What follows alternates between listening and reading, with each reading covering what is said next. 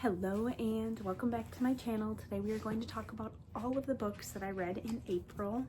April was not as strong of a reading month for me, and as always I have all of my reading journals to let you know what I did read. I finished 4 physical books, 2 ebooks, and 5 audiobooks in the month of April for a total of 11 books, and we are going to go through them in order of how I read them. So the first book that I finished in April was an audiobook called The Astral Library. I will put a picture up here, and this is one that had been on my radar for a while.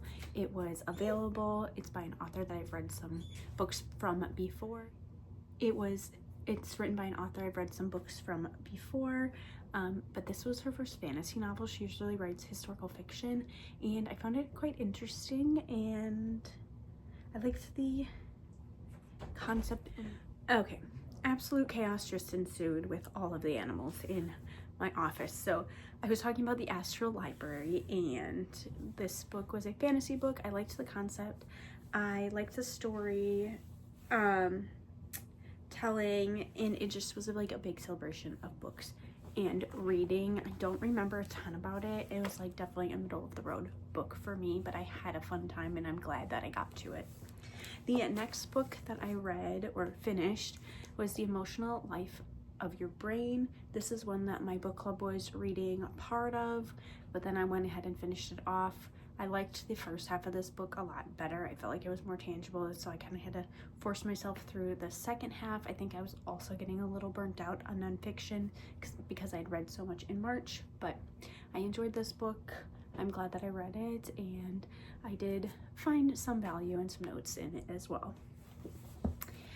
The next book that I finished in April was another audiobook, and it's one that I kept meaning to get to, and it was available on Libby, and I needed an audiobook to fill a hole, and it also counts towards some of my Herkiad prompts. So it's You Exist Too Much, and there were a lot of things in this book, like very real things that I can see pieces of like my personal and work life through, and so I don't think I listened to this book at the right time, just because it is a pretty like heavy emotional book, and I think that I would have enjoyed it more if I would have read it at a different time, but it was very well written, and I think it was a pretty impactful book. The next book that I listened to was a nice turnaround from that, a fun, fluffy time, and it was The Abandoned Princess, which is the final book that my library has by Melanie Sellier. And so I listened to it on audio. I finished out that series, and I think I'm gonna kind of miss having that like go-to filler book, so I'm gonna have to find some more to kind of just fill in between some of the more deeper, hard-hitting, or just other books that I want to read. The next book that I finished was another physical book. This is Murder is a Must. I actually started this book in January. I put it down because I wanted to read other things, and then I decided to pick it back up for my April TBR and finish it off. It is definitely a middle-of-the-road book. It's more of a cozy mystery, and I'm glad that I finally read it. Now I only have 1 book left in this series to finish off, and it is on my TBR shelf. And then the next book that I finished was another physical book. It was The Shell Collector. This is actually a collection of short stories by Anthony Doerr, or Doerr, I'm not sure how to pronounce his name, but I bought this book at a little local bookshop the day that I got to meet my niece, the day after she was born. So it was a very special book to read, and his writing is also just like very captivating, so it was very enjoyable to read, and I really haven't read a lot of short story collections, so I had an enjoyable experience reading this, and it just felt so sweet and special reading it. Then I listened to another audiobook on Libby, Fruit of the Drunken Tree. I picked up this book because it takes place in South America, and that specifically Colombia, and that was what I needed for one of my Hercule prompts. I really enjoyed this piece of life book, and in the author's note, there's a lot of it that she has taken from her own life and experiences. So I found this a very interesting book to listen to, and I wanted to keep knowing what happened next, just in the storytelling style that she did. Then I had another audiobook come available on Libby. This one was The Thing Around Your Neck. And this is another collection of short stories, which I didn't realize when I originally put it on hold. So it's kind of funny that I read my short story collection and then I listened to another one. I think that impacted my reading experience. I think I enjoyed it a little bit less because I had just read some other short stories. So I think part of that was a timing thing. The next audiobook that I listened to was The Most Wonderful Crime of the Year. I needed this one because it had most in the title, and it goes with one of my Hercule prompts. And it takes place around the holidays, but it's not super holiday-y, so that was nice. I was kind of worried that it would be like a very like Christmas themed, but it wasn't, and it actually was another book about like writers, and it had this really fun mystery plot to it, which I wasn't expecting. I literally picked it up because of the title, so I'm glad that I had an enjoyable time with it, and it was just like a fun mystery book. The next book that I finished was another physical book, but it was a borrowed book, and I have already returned it. It was The Bee Sting.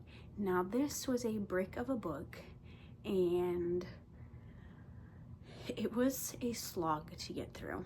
I enjoyed the first section of it, but as I kept reading, it just got more and more boring, and the story was very ambiguous, which I think was the intention of the writer, but it just made the reading experience incredibly tedious.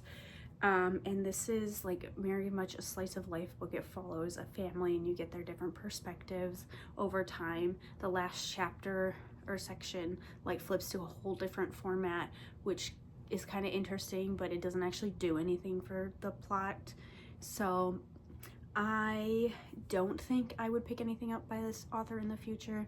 Like the literary fiction, like that style of literary fiction really isn't my specific taste. I usually have to push myself to get through it, but I really didn't like this author's writing style, so I probably wouldn't pick up anything else by this author in the future. The next book that I finished was The Brothers Hawthorne. I worked on this for about a month. This is the fourth book in the Inheritance Games.